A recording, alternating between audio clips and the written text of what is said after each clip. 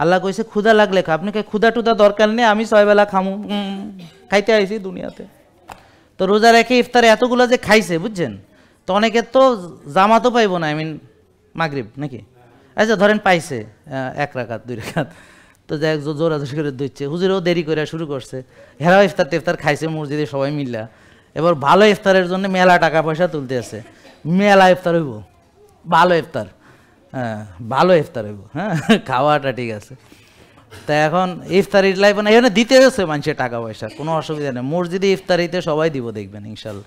আর এবার দেখবেন ফজরের জামাতে 3-4 তলা ভরি যাইব, তবে পরে আবার ঈদের পরে সব হারাইয়া যাইব, হুজুরে বিজ্ঞাপন দিব যে মুসল্লি হারাইয়া গেছে, মুসল্লি খুঁজি পাই না, এই মুসল্লিগুলো আইছিল হঠাৎ করে চলে গেছে, হ্যাঁ বানের জলে ভাইসে গেছে।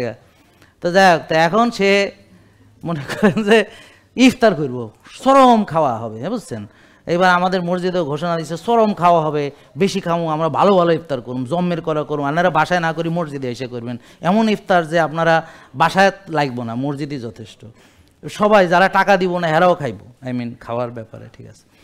খাইতে খাইতে প্রয়োজনে আপনি এখানেই জামাত করবেন, প্রয়োজনে এখানে তারাবি পড়ে এরপর বাসায় যাবেন, মানে তো যাই হোক, তো সে খাইয়া তো এখন এটাই তো শেষ খাওয়া না, ইফতারি কেবল খাইছে, আপনি কি ভাবছেন মানে সব খেয়ে ফেলাইছে, না না, তারাবির আগে আর এক খাওয়া আছে সেইখানে, মানে মনে করেন মাংস, তারপর রেজালা, হ্যাঁ আরো, আরে রমজান মাসে খাইবেন হলো সারাদিন রোজা রাখছেন, পেঁপে লাউ সহজে হজম হয় এমন কিছু জিনিস, তাই না? আপনি এত গুরুপাক খাওয়া কেন খাইতেছেন? পরে সারাদিন জ্বলব আর গ্যাস খাইবেন, গ্যাসের ওষুধ গিলবেন, সিরাপ গিলবেন নাকি, ঠিক আছে না? তা এখন এরপরে সে আর এক খাওয়া দিব রাত্রে, মানে কি? এরপরে তারাবি পড়ে আইসা তো এত রাকাত নামাজ পড়ছে বুঝছেন, হুজুরে তো দাঁড়া করছে, হুজুরে কিরাত পড়তেই আছে, হ্যাঁ ঘুমাই যাইতে আছে, তাও হুজুর কিরাত পড়তেই আছে, হ্যাঁ তো হ্যাঁ তো আর মানে মাঝে মাঝে মনে মনে মানে গাইলে হুজুরে এইরকম করে, হুজুরে আর কি করবে, হ্যাঁ চাকরি না এটা, হ্যাঁ তো পড়তে হবো, এটা হ্যাঁ শেষ করতে হবো 1.5 পারা, তা হ্যাঁ এদিকে তো হ্যাঁ তো ঢুলে, হ্যাঁ যাই হোক, তারপরে এখন তো খিদে লেগে গেছে আবার, তাই আবার বাসায় যে ফ্রিজ খুলে দেখে যে ফ্যাসেন না, পেঁয়াজু বেগুনি ফ্যাসফিচ্চা কী কী আছে এগুলোও খাইবো শেষ করে, মানে কাছেইয়া খাইবো যা আছে, ইফতারিতে যেটা বাকি আছে বা ওই সময় খাইতে যেটা খাইতে পারে নাই, খাইয়া এবার সেহরি খাইবো, এমন খাওয়া মনে হবে 3 মাস খাইতে পারবো, হ্যাঁ আর কইব কি রোজার মাসে খা, কোনো হিসাব নাই। তো এই খাওয়া খাইয়া কেমনে আপনি মনে করেন যে রোগ মুক্ত হবেন বলেন?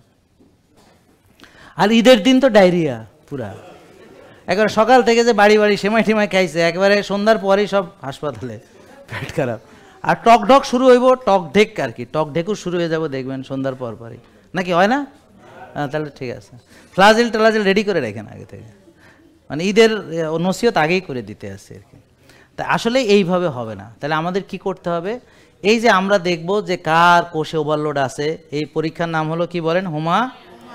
আয়ার। তাহলে আয়ার বেশি থাকলে মানে কি? কোষে জায়গা কম, তাহলে কোষে জায়গা বাড়ছে আমাদের অনিয়ম করার কারণে। তাহলে কোষ খালি করব কিভাবে? রোজার মাধ্যমে, তারপরে ইফতারের আগে একটু হাঁটাচলা করলাম, কি হবে? একটু হাঁটলে কি মরে যাবেন ইফতারের আগে? আমি 21 কিলো দৌড়াইছি, তা আপনি 10-15 মিনিট 20 মিনিট আধা ঘন্টা হাঁটলে মরে যাবেন না?